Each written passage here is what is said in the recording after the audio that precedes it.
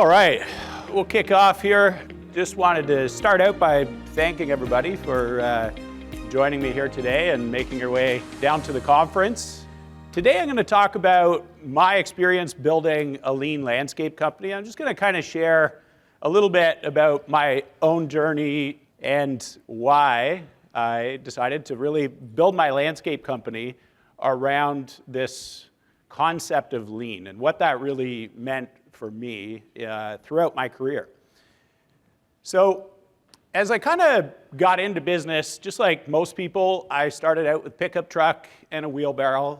In my first year, I did $1 million worth of sales with 3 street kids. So hired up a few kids.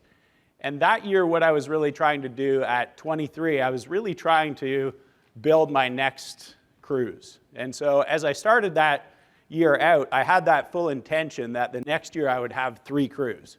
So I quit my job at 23 to start the landscaping company, and my job paid very well, and I knew that I needed to scale the business.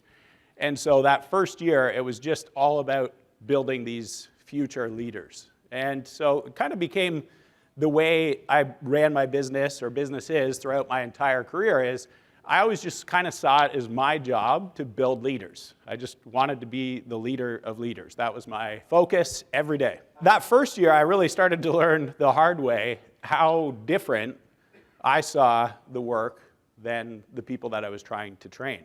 And I think we all, end up coming up to this point at some point in business where for some reason it just doesn't feel like everybody around you sees what you see. And so lean for me became this way of creating a common lens on the business. It really just became this way of seeing what winning looked like. And so as I went through lean in my first couple of years, I really kind of realized that it was just going to become a common language. And I think every business needs to have a common language, because without one, we refer to common sense and we talk about common sense as though it's common, but I think we all know that's not the case. And so lean just became the common lens on the business. I'm just going to kind of share how that came together for me throughout my career, and really how that allowed me to go from that little startup with a few street kids to a top 100 company in 15 years. I really truly believe it was the fact that we had this common lens that allowed us to scale the way that we did. Very simple systems, not a lot of systems, just a common lens. And so we'll talk about this in depth here. So ultimately, why lean? Ultimately, I need to find a way to make sure that everybody sees waste the same way that I do. That was it at its core. And, I needed some systems that people would understand, but they had to be simple. I needed people to understand how to identify and eliminate waste on their own. I didn't want that to be my job. I wanted to create a whole culture around it. I wanted a team of people that were just constantly out seeing waste, eliminating waste, improving things, making things better in my absence, which wasn't easy. And I think everybody here knows just how difficult that is, to have other people continuously improving the business in your absence. And I think really, as I kind of got into it a little bit deeper, I realized that, everybody goes to work every single day with the same thing in mind. They go to work to support themselves, and they go to support their families. They're earning money, and they go to work for themselves. They don't actually go to work for me. And when I really started to accept that, what I started to realize was I needed a way to use lean to unlock the entrepreneurial spirit in everybody that was working with me. And I like to say with me because I don't think anybody works for me. I think that people work with me. And lean allowed me to explain to those people how to win so that they could actually be entrepreneurs. And I guess I truly do believe that everybody in the world's an entrepreneur for the reason I just shared. Everybody gets out of bed every day and they go to work for themselves to support themselves and to support their families.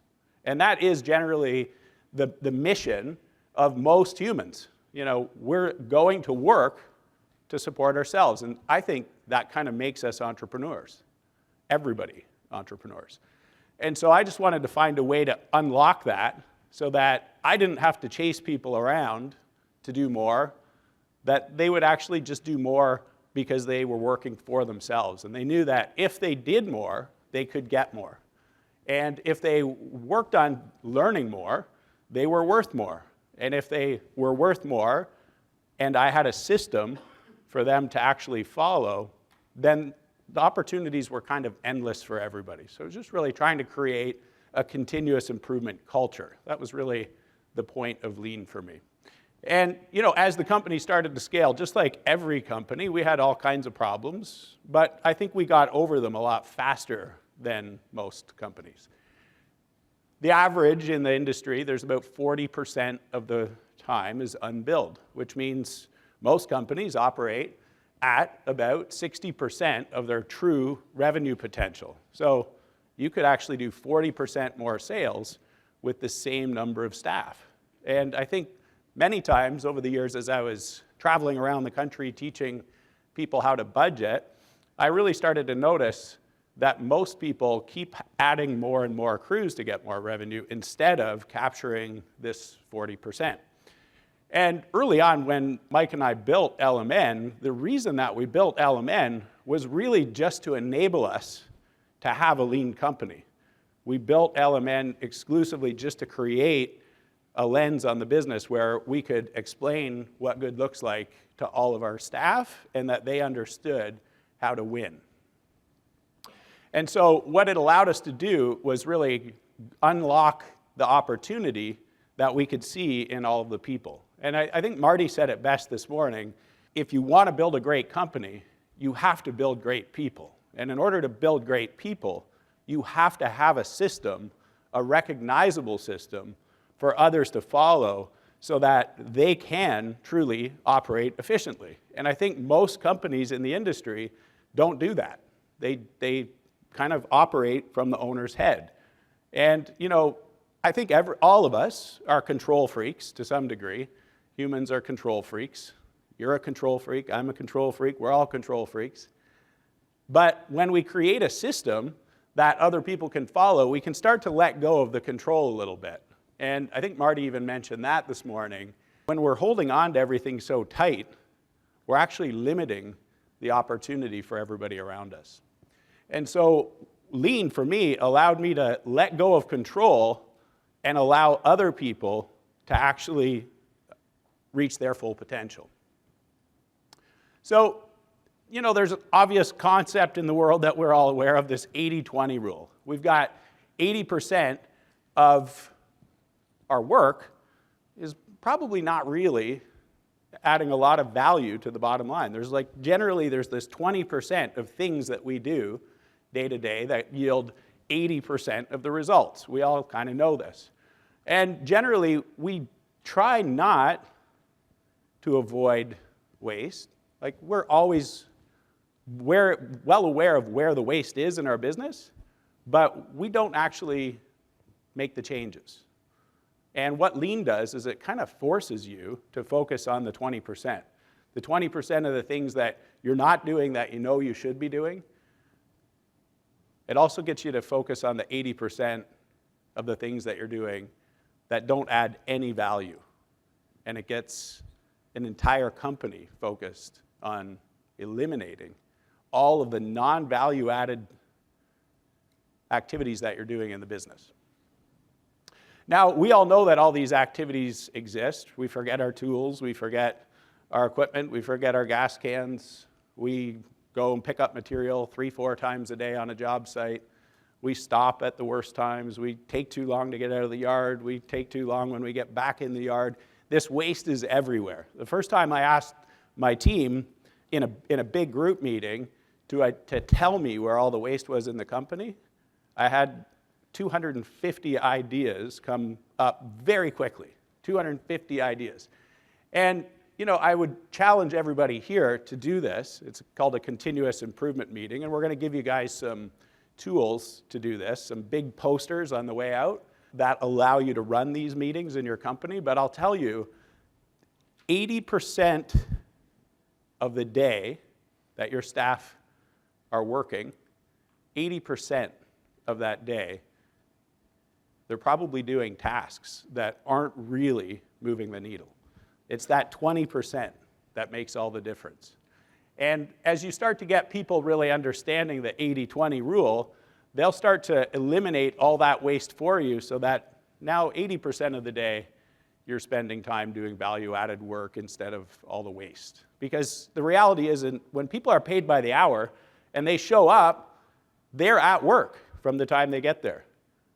What they're actually producing while they're there, that's up to you to make sure they understand what is actually producing revenue and what isn't. And when everybody's producing that revenue every day, you can really change your company. When over 5 years, we took our revenue per hour from $108 an hour to $225 per hour. So we doubled our revenue almost with the same staff. Think about that. What would that mean in your company? I'll tell you what it meant for us. It meant that we could pay our staff twice as much, that we could spend 250 hours a year on training and still be very profitable. The one thing that I was most proud of getting on the top 100 list wasn't my number on the list. I think I was 65 or something. I didn't care about that. The one thing I cared about was I had the highest revenue per hour on that list every year that I was on it. That meant that I could pay my staff more than every other company that was on that list. And that is actually the thing that I'm most proud about of my entire career, is that I can create a really good standard of living for people who join my companies. That should be your number one priority. And Lean allows you to do that, and allows you to create this culture where everybody in your company understands that they're there to eliminate that waste and villainize that waste. The waste is the villain in your company. Not you, not the management team. The waste is the villain. And if everybody in the company can remove that waste, then we create opportunity. And that opportunity plays out in many ways. Higher wages, benefit programs, retirement programs, all those things are great. But it becomes very easy to scale a business that's lean for many reasons. That high revenue per hour, when we doubled our revenue per hour, what that did was it cut our overhead in half. That's the thing that a lot of people don't think of when they're eliminating waste, is when you double the revenue per hour, you cut your overhead in half. So at $50 million in sales, I had a 4.8% overhead margin. It gets real easy to win work when you've got a 4.8% overhead margin. That's why the company scaled so fast. Our limiting factor was actually our ability to actually do the work, not sell the work. It's real easy to sell work when you've got low overhead like that. So this is why building people is so important, and that's what Lean allows us to do. So I'll kind of give you an overview of just how I went about doing that, how I built people and how I built a company using Lean principles. And why we created LMN and why we eventually bought Greenius was just to support building a lean company, because you can't get lean unless you have data. So ultimately, for me, I found it really hard in the early days to explain what my vision and strategy was, because it was all up in my mind. And I think when I talk to landscapers and I ask where they're headed, what the vision is, oftentimes people say, oh, well, I want to be a $10 million company, or I want to be a $20 million company. And I always say, well, why? And I usually get to this pretty quick with people, and the answers are usually not that good. If you're not really clear on what that mission and vision is for yourself, then probably hard for other people to understand what you're doing and why you're doing it and where you're headed. And so I always say, we have to start there, and we have to make sure that mission is so clear that everybody in the company actually gets behind it and starts to push that mission. And if you don't really have that mission clear, then all they're coming to work for is a paycheck. And I think it's really important to connect their mission to the company mission. If we succeed on this mission here at the company, you're going to succeed on your personal mission. Ultimately, we're building people. Your leading indicator of success in this business will always be the same.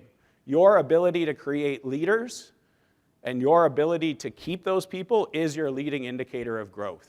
It has nothing to do with sales. It's easy to sell. It's easy to get work when you're efficient because, again, your overhead's lower than everybody else's, but there's another big factor.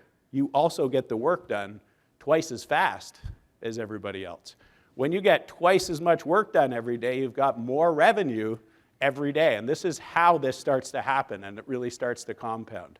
I've watched many, many companies go through this, and when you transition and everybody in the company is eliminating waste systematically, then the revenue is going up. And when they know that their mission to support themselves and their family is directly impacted by succeeding on the company mission, now everybody in the company is on the same mission. But you have to start with why. You have to explain this to people. Now, the biggest thing for me, I really quickly realized was I had to find a way for all of these people and all of these things to come together. And so I built an operating system to run my company. And that operating system was really based around two things. It was based around lean, and it was based around a balanced scorecard. When I started to build people, it was very easy for me to show them what winning looked like because I could give them a balanced scorecard. I could give them targets for revenue and for learning and for customer satisfaction and for efficiency. And once they had that scorecard and they had some basic metrics, they could very quickly understand that, hey, if I hit these metrics, then I'm winning. And I get my bonus and I fuel my own personal mission. And again, everybody decides who they go to work with. And if they come to work with you and you hand them a scorecard and say, hey, listen, this is what it means to win here. And if everybody in this company has a scorecard and every crew has one and then every department has one and everybody hits these numbers, we're going to open up a world of opportunity for everybody here in this company. Everybody's going to earn more money. We're going to get more and more competitive. We're going to be a market leader. We're winning. And everybody wants to be on a winning team. We know this. But to be on a winning team, you have to keep score. And most companies are keeping the numbers way too tight for other people to even know when they're winning and when they're not. So they just go to work. And if people just go to work in your company, when they clock in, they're at work. And when they clock out, they're not. What happens in between doesn't matter to them.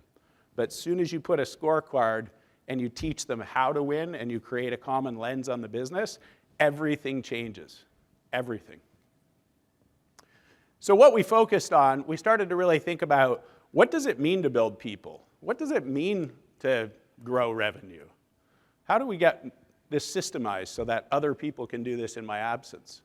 I started to really think about financial mastery from a different perspective. It wasn't up to me to just know how to write a budget. I needed to make sure that everybody in the company understood a budget. So I deployed crew budgets. And over the years, we just kept evolving this thing. And as I said, we were evolving it while we were growing pretty fast. We were going from 5 to 50 million over 10 years while we really refined this. But that was what took us from 5 to 50 million, was the work of perfecting the system. And so continuous improvement, my point here is, continuous improvement is not an event. It doesn't just happen. It's a process, and it's happening all the time. We're just continuously improving. It never ends. So this vision and alignment, what I started to realize was people feel so much more engaged when they understand what we're doing and where we're going and what the plan is for the year. They understand exactly what I'm thinking, and I understand what they're thinking, because we all have this common lens on what we're actually trying to accomplish this year. As we go through that vision and mission, and we workshop that once a year, and everybody in the company gets an opportunity to understand what that mission and vision is, we kind of connect. And my big belief, I guess, over the years, as I've gotten older, is we just kind of go to work every day to support ourselves when we could actually be going to work each day to connect with others. Sometimes we look at it like work and personal. I don't know if that's a healthy way to look at things. I kind of came around to this way of thinking whereby there is no difference between my work and there's no difference between my personal time. It's just, I experience my whole life from within, so I should be able to find friendships and love and connection while I'm at work, and it's much easier when we're talking about a common lens. I used to feel very lonely as a business owner because too much was in here and not enough was out there. But what Lean really helped me do is it helped me operationalize my ideas, and it helped me find a way for other people to just understand me. And by doing so, we ended up connecting a lot more. So my team understood me and I understood them. And over the years, we just kind of got closer and closer and closer. And we just kept making things better. And what happened, what I always have noticed happens for everybody, the more you talk about waste, the more vulnerable everybody in the company becomes. And if you don't have vulnerability in your company, then what people do is they hide their mistakes. They hide them constantly. And then there's no trust. And it's up to the leader in every company to build trust. What Lean did for me is it built trust on a whole nother level. Because all we did was talk about what we needed to fix all the time, which meant everybody had to be vulnerable enough to talk about it, to point it out, to tell me where all the problems were, instead of going home and telling their spouse or their friends how ridiculous this company is because they don't even notice all the waste. Because that's what people do. They know where all the waste is. If you don't give them an opportunity to show you how to eliminate it, then they just kind of talk about it and assume that you don't care. So it got really clear what we were doing when we'd take the time to do this. Then, this people and culture concept, I mean, for the past 15 years at LMN, every year we'd run these surveys, and every year, every customer would tell us their number one problem was people. Yet, I go around the country for a living, and I talk to thousands of contractors a year, thousands. And when I ask how much time people are putting into their budget per employee for training, for employee development, for progression, there's usually zero. Like, if your number one problem's people, and you're not investing an hour into training in your budget, there's something wrong, right? So, as you start to systemize this, everything changes. When you systemize people and culture and you say, I'm going to put 50 hours a year or 100 hours a year into training, and I'm going to build a 12-month training plan, and here's what that training plan looks like, and here's what I'm going to teach them. I'm going to teach them how to eliminate waste. I'm going to teach them how to win. I'm going to spend time explaining my mission and vision. I'm going to help them see their own mission and vision so that they see more in life, so that they maybe can remove some of those limiting beliefs. I'm going to spend time training them how to buy a house. I'm going to spend time teaching them how to create a personal budget. I'm going to spend time making them better people. And I'm going to put the cost of doing that in the budget. And then guess who pays for it? The customers, right? And who gets the benefit of this incredibly efficient company? Right? Everybody. Customers pay for it, and we all get the benefit. So I very quickly understood that I needed to build apprentices. I didn't want to hire laborers. I needed to bring on apprentices. So from day one, that's how I always handled my business. I was an apprentice. I finished high school, went right into a nuclear apprenticeship. And so apprenticeships made sense to me. So I would hire people, and I would show them their pathway. I would say, here's what the next 4 years looks like for you. You're going to come in, and you're going to start at 60% of full rate. Year 2, you're going to get 70%. Year 3, you're going to get 80%. Year 4, you're going to get 90%, and then you're going to be full rate. And so everybody knew that they were on an apprenticeship program, and they knew exactly what they had to do in order to progress from year to year, which meant you have to finish your training, and you have to have the skills that are identified to progress from one year to the next. And so again, building people is a system, and it has to be systemized, and it has to be followed for people around you to actually feel like there's an opportunity in your business. And if you don't have a system, then they assume you don't actually care about them. They assume that the one thing you care about is money. But the one thing I've noticed over the years, I start off my workshops oftentimes getting people to tell me their wins and tell me their wants. And the one thing I always notice, every LeanScaper, they don't talk about how much money they made. They talk about growing people, and they talk about growing the business and creating more opportunity for people. Marty was a perfect example this morning. I don't think anybody in this room is actually hung up just on money. We're hung up on impact. And it really starts to become obvious as the business evolves with a lean method. Revenue growth for me, revenue growth is like a byproduct of having people. That's why it comes after people. First I build the people, then the revenue just follows. It's easy. Now, of course, revenue growth is also a process. Every component of this wheel that we're looking at is a process. Now, systemizing revenue growth and allowing other people to then follow that system is, again, something that's missing in most businesses. When we created LMN, what we were trying to do was systemize budgeting, estimating, job management, data collection, scheduling, so that other people could grow revenue without coming to me to ask all those steps. And so we built software to operationalize lean. That was the entire concept. Many people over the years who have worked in companies where they learned about lean would come along to me at shows and whatnot, and they'd say, hey, LMN seems to me like it was built around lean. And people would recognize it. And I would say, well, yeah, it was 100% built around lean. We needed data. That was why we built it. As I wanted to scale up revenue, what I really came to realize is there was a method of scaling revenue. And it wasn't going to be random. It had to be very focused. I had to decide, who is my ideal client? Who do I actually want to work for? What is my value driver? What is it that they're going to buy from me because we do it better than everybody else? And so I started to focus a lot more narrowly on a certain type of work. And when I did that, that's when the business really took off. When I decided I don't need a lot of customers or relationships, that's when the business really scaled. I only needed 12 customers to do 50 million. I didn't need 50 million. But what happens in this business, what I see, is people think that scaling revenue means more customers. That's not what it means.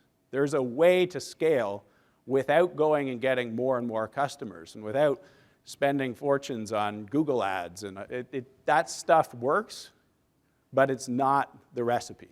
The recipe for big scale is, first, building the best people in the industry. If you have the best people in your market, then growing revenue is very easy. But what I see all the time in this industry, not just this industry, but it's all over social media, let's just get a hack so that we can grow. Let's use an advertising hack or a marketing hack. You can't hack revenue growth in this business. You have to grow people and then grow revenue. And those people, if they're really good, are going to get twice the work done each day than your average person. And so the sales process that I developed was very specific to my ICP. And what it was, ICP is my ideal customer profile. So my sales process was getting really, really refined to the point where every time we talked to a customer, they could see the value that we offered, and they knew that we were better than everybody else because we worked on our brand. And so we got every single job that we'd look at. There was no losing jobs anymore. In fact, it got to the point for me where we didn't price jobs anymore. We did most of our work on a cost-plus model for these 12 relationship customers that we had. They just got the bill every week. We built LMN to do automated billing the way we did so that every week we could bill our customers, because we ended up moving most of our construction business onto a cost-plus billing model where we would just give people budgets, and we were so trusted by our partners that we could just go ahead and work by the hour on a cost-plus arrangement. We did a lot of our revenue that way the last 5 years that I was in business, and it was the most profitable 5 years ever. As we start to look at operationalizing it all, what I really quickly came to realize is if I was going to keep scaling at that pace, I needed a way of actually getting every system, from material management to vehicle service to fueling our trucks to getting direction from engineers and architects and getting project plans put together before we went to jobs. All these things came up, and what I started to really realize is it's a lot of information that needed to be relayed in real time all the time. Again, this is why we built software. But what I really ended up kind of uncovering for myself, I think, which was a bit of a delayed response, I would say, I discovered that 4 core meetings replaced the need for thousands of systems. I read articles that other people write about SOPs, and there's a bazillion SOPs. There's an SOP to do this and that. Nobody can keep track of all that stuff. But what most companies fail to do, and mine was guilty of this, was not holding enough meetings. I think people are afraid of meetings, and you should be, because it can be a big waste of time if those meetings don't have good agendas. But what I really started to realize is if every meeting starts with the balanced scorecard, and we just talk about the metrics that apply to those people, and we reflect on our targets versus our actual at the start of every meeting, then what naturally follows is we start to talk about how to improve those metrics. And now this continuous improvement mindset actually starts to really drive deeply into the organization through the meetings. And so a daily meeting in every crew, every department, a weekly meeting, a monthly meeting, and a quarterly meeting. I call those the core 4 meetings. When you run those meetings and you start every meeting talking about reality with metrics, and then you move on to talking about improvements and removing flow interruptions, what happens is at every level of your company, you're talking about eliminating waste, and you've systemized it. You don't need as many SOPs because you actually just keep doing this over and over and over again. So the delivery mechanism for continuous improvement is your meeting structure, and what you talk about at those meetings is always reality. And so using this data to drive the decision making is key. That was, again, why we built LMN. We needed data so that at every one of those meetings, when we sat down, everybody knew how they were doing. The field crews knew estimated versus actual hours in real time. I wanted them to be able to own their hours, and I wanted them to be able to own their efficiency rate. And that's what the LMN Crew app does. And so over the years, again, this financial mastery piece, I had this figured out, but I didn't really think that that was enough. Me understanding how the company wins financially, that's just, again, putting myself on this little island. And so what I did is I ended up baking this financial mastery into the equation in a way where I would start by actually teaching my team how to build a personal budget, and I would teach them how to win financially as a person, and then I would end up teaching them how to write a crew budget. They could write a crew budget in an hour. We're not talking about a complicated process. A crew budget is how much revenue am I going to do this year? How many people are on my crew, and what does that labor cost? What equipment am I going to be assigned for the year, and what does that cost? And how much is my overhead allocation? What gross profit do I operate at? What's my revenue per hour target? And ultimately, if I can win, what's my bonus going to be? And by getting that straight with every crew, you're treating people like partners. And I will say that when you treat everybody in your company like a partner, they act like partners. When you treat them like employees, they act like employees. You have to show them how to win. And so this financial mastery piece, it sounds complicated, but it's not. This was like 1 hour a year to review the budget. Not a big deal. It's not complicated. And then by tracking the data every day out in the field with that crew app, we just had all of the inputs needed to keep updating our scoreboard. Now, I quickly also came to this other realization, and it's funny, it's like an evolution. Things just keep breaking when you're scaling a business at the pace I was. I really started to realize that there was some problems in the way that we were treating our customers. And I think over the years, by focusing so much on efficiency and so much on waste elimination, that my staff started to maybe forget just how important our customers are. And there is two really important components to every business. I talk a lot about my people because ultimately they are the product in your landscape business. But we also need customers to fuel it. And so the customers are the fuel, and my people are the product. And so I had to find a way to make sure that my people understood that we wanted the absolute best customers, the best fuel, the cleanest fuel possible to put into the business. We wanted customers that were going to pay us a premium, that were willing to pay for quality, that were willing to pay for a company who had a perfect safety record, the best equipment, trained staff, everybody was a tradesperson, everybody was certified. That costs money, and we had to find customers that were willing to pay for that, but we had to make sure that we were actually the best. You can't pretend to be the best. Oftentimes people say, hey, how did you get all those big projects? And I said, well, we were the best. It was simple. When the wealthiest person in the world decided to do landscaping, and he had an $85 million budget, they didn't look at any other company. It was ours. I had 90 people on that job for 5 years. Why? Because we were the best. You have to actually invest in your people in order to be the best. I wasn't the best. My people were the best. How did they get that way? 250 hours a year of training. That's how they got that way. An apprenticeship for everybody in the company. Non-stop training. 5 meetings a day on crews. 5 meetings a day they had. Every time they had a break, they had a meeting. And what did they talk about? Labor, material, equipment, subcontractor coordination, missing information, constantly. That's all they would think about while they were at work. And they didn't have the meeting with the crew leader and the right hand. They had the meeting with everybody because every meeting is training. Every time that you sit and have a meeting with your staff, you're training them.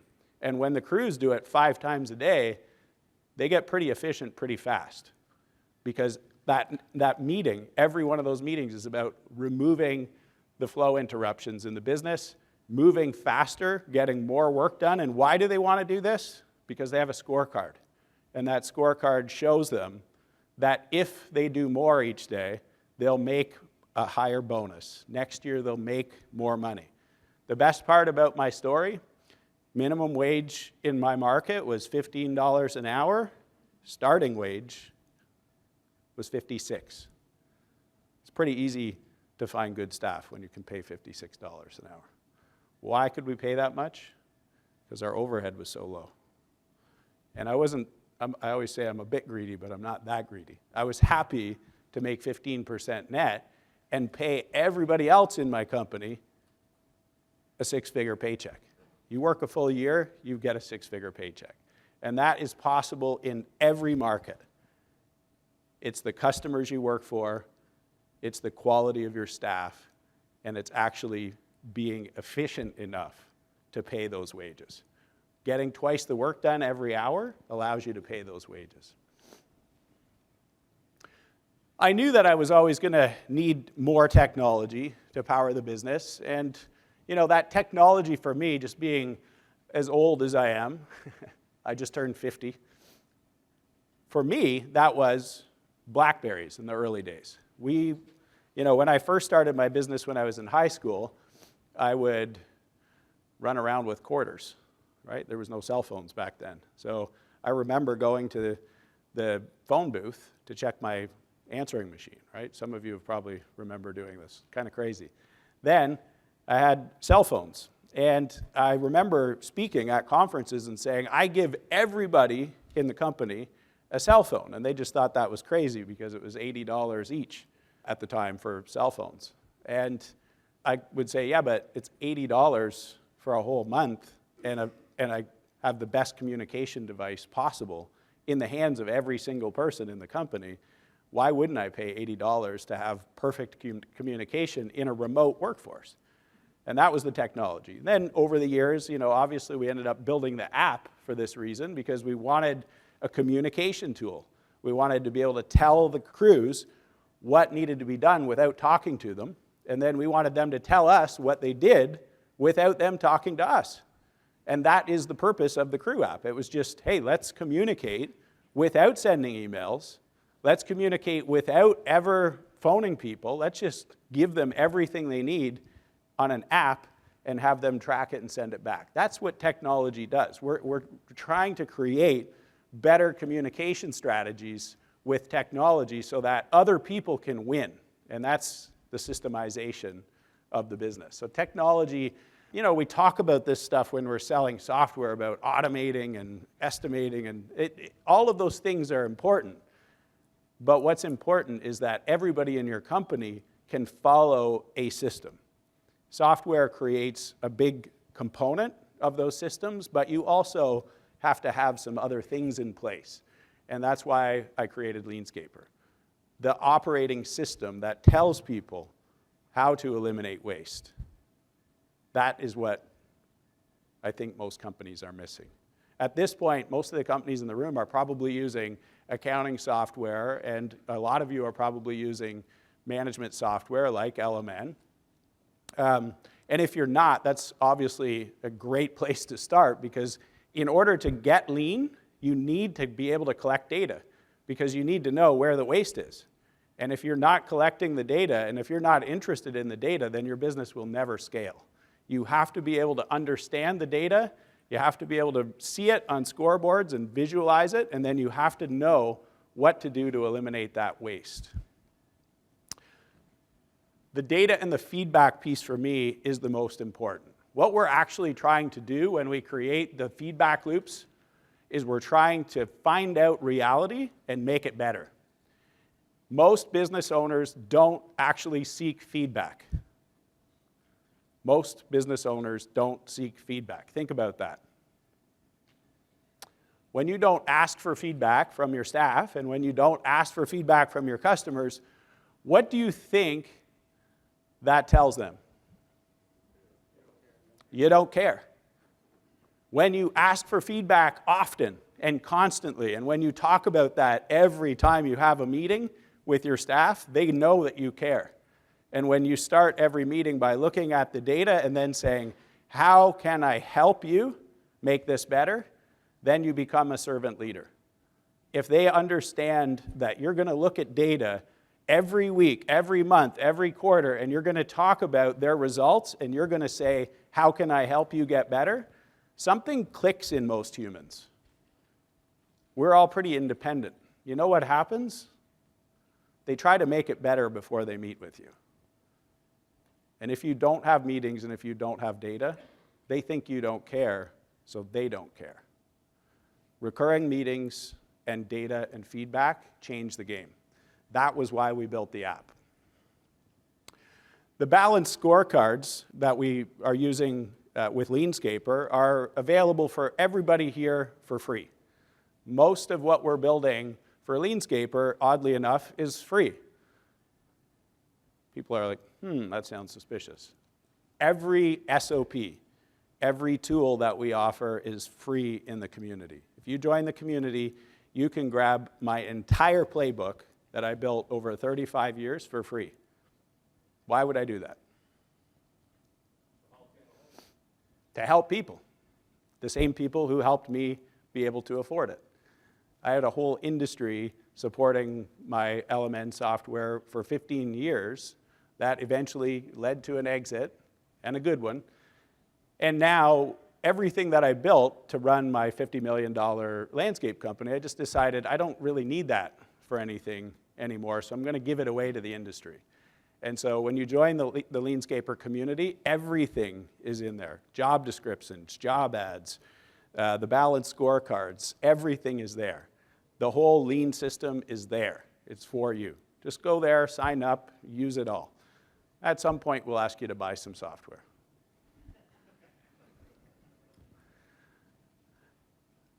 What is it? Ultimately, the feedback mechanisms look like this. There's balanced scorecards. There's this LeanScaper Core 4 meeting framework with agendas, all fully built out in there. Customer feedback. Most of us don't do a good job at taking customer feedback. When you take customer feedback, it tells you what you need to fix. It tells you what to work on with your staff. When the customers are telling you what's wrong, you know exactly where to focus your efforts to make them happier, to get better. And so there's a whole standard operating procedure that we built around doing this and then acting on the feedback. What do we do when a customer tells us how we're doing? We need to act on it. We need to get better. We need to make some changes. And when you're the best, you've taken all of that feedback for 10 years. And you've become the best because you listen and you act when other people don't even ask. You get to ask, listen, and act when you send customer surveys. And that's how you become the best, one day at a time. There's no hack. We can't fake it. You keep asking for input, and then you keep making improvements over and over and over. And where do you make those improvements? You make those improvements in the meetings. That's why the Core 4 meetings are so important. Every day we're talking about getting better. When we get some feedback from a customer and we know that there's something wrong, within a day we can deploy that entire improvement across the whole organization when we follow the Core 4 meeting framework.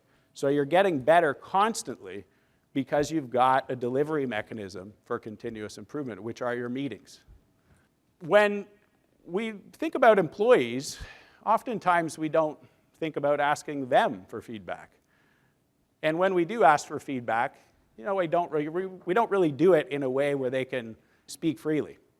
We have to find ways to get feedback from our staff, and that, again, in those Core 4 meetings, we get that feedback by asking questions and working through improvements together. And so we're getting that type of feedback there, but we also want to send surveys and ask them how they're feeling, if they're happy, if they're not happy, what are they not happy about? Do they feel like their leaders are strong leaders or not? Like, we need to know these things so that we know what to fix. Greenius has a 360 feedback tool built into it so that you can ask your employees exactly how they feel, and you will know how they feel not only as a whole group, but by crew or by department. You can just poll a crew and you'll know how they're feeling. And when you've got 30 crews, 40 crews, 50 crews, it's pretty important that you know which 10 crews are not happy with their crew leader. Because guess what happens if they're not happy? We all know, right? They're going to quit their manager. They're not going to quit your company. So we need to know that kind of information. Greenius is built to do that. For $120 a year per employee, you've got an apprenticeship program and you've got an employee feedback loop. You're training your staff 365 days a year, and you've got an apprenticeship program, and you've got the feedback needed to know if they're happy or not, and know exactly where the problems are that you need to fix. When you do these employee surveys, you know exactly what department is happy, which one's not, which crew, and you can kind of go to work and level people up without even ever reprimanding them. If you have a crew leader that has a really low employee satisfaction score, you can go speak to that crew leader and help them become a better leader. You don't have to tell them the score was horrible. You can just coach them on being a better leader, but you know how people are feeling. Leadership and management feedback, again, how many business owners actually have their direct reports give them a review? When my direct reports give me a review each year, it tells me everything I need to know about how they feel about my leadership. And my leadership has evolved a lot more through asking my staff to tell me exactly where my gaps are than me kind of coming up with my own stories. Not many business owners ask their staff to tell them where their weaknesses are. When you do it, it changes everything. Again, you're building trust. If I'm going to give them a review once a year, why shouldn't they be giving me a review once a year?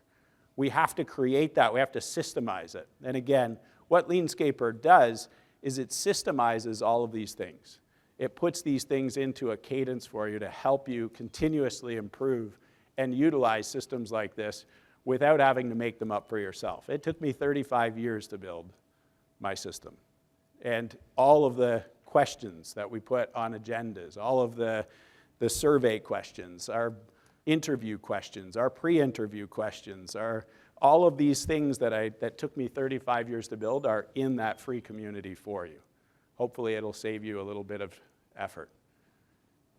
We want to get feedback into the hands of the people that need it, which is, again, the balanced scorecards. I want to make sure those scorecards are updated and discussed at least once a month. We managed to get ours to the point where they were just live, so it was always there. But at least once a month in your monthly meeting with each crew, with each department, you can really go deep and truly talk about what's happening at all four perspectives, which, again, the four perspectives: financial, learning, the customer, and that efficiency. And when we can look at some metrics that tell us how we're doing across all four categories, then we focus on improving the business equally instead of being hyper-focused on building revenue all the time, which is what the industry does. We keep hyper-focusing on building revenue. Let's go get some more work. Let's go get some more work and screw it up. That's what I always say. Most companies are getting more and more work before they have a team that can actually do the work properly. So you end up with upset customers, upset employees, and poor bottom line results. When you focus on the entire business and you're constantly improving the metrics in all four categories, you build a market leader. That's how you build a market leader. You don't have to worry about getting high profit work when you're the best. That's the way to do it. So again, the data and feedback piece makes all the difference, and the delivery mechanism is SMART goals. When you join the community, if you'd like to do a business, there's all kinds of business assessment frameworks there for you to self-assess, but we also have guides that will meet with you for free and do a business assessment, and they'll even create your SMART goals. We've built an AI SMART goal generator that builds your SMART goals for you.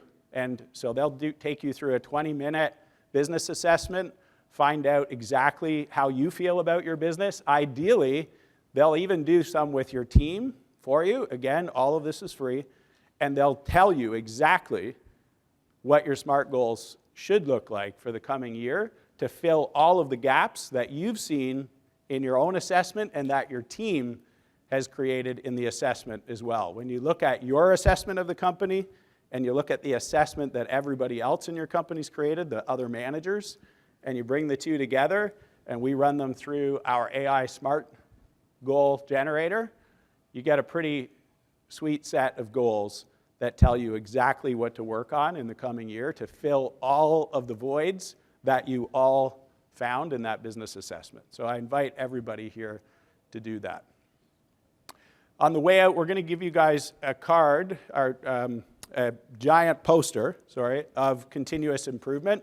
You've got a card that shows one of the two boards that come on those posters. When you join the community, we'll have some free webinars for you to attend. I'll teach you exactly how to deploy a continuous improvement board in your company. That continuous improvement board becomes a living version of that business assessment.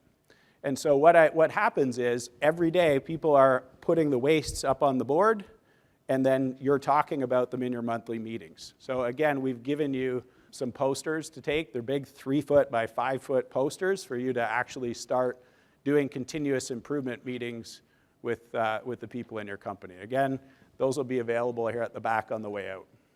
So again, how do you do this? How do you get lean? Just like this, you assess your business, and you never stop assessing your business. You identify opportunities to eliminate that waste. You set goals, and you distribute those goals throughout the whole company. You constantly review those goals. You constantly review the actual metrics, and you meet often enough to just continuously create those improvements.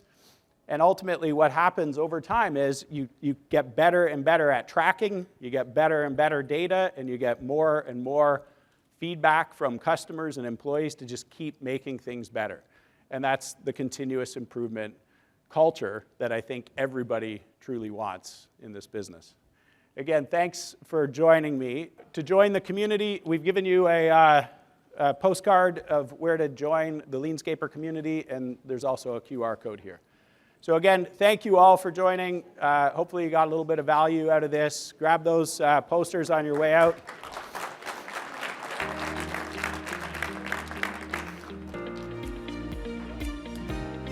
Yeah, thanks. Thanks. Good. Yeah, thank you. Thanks.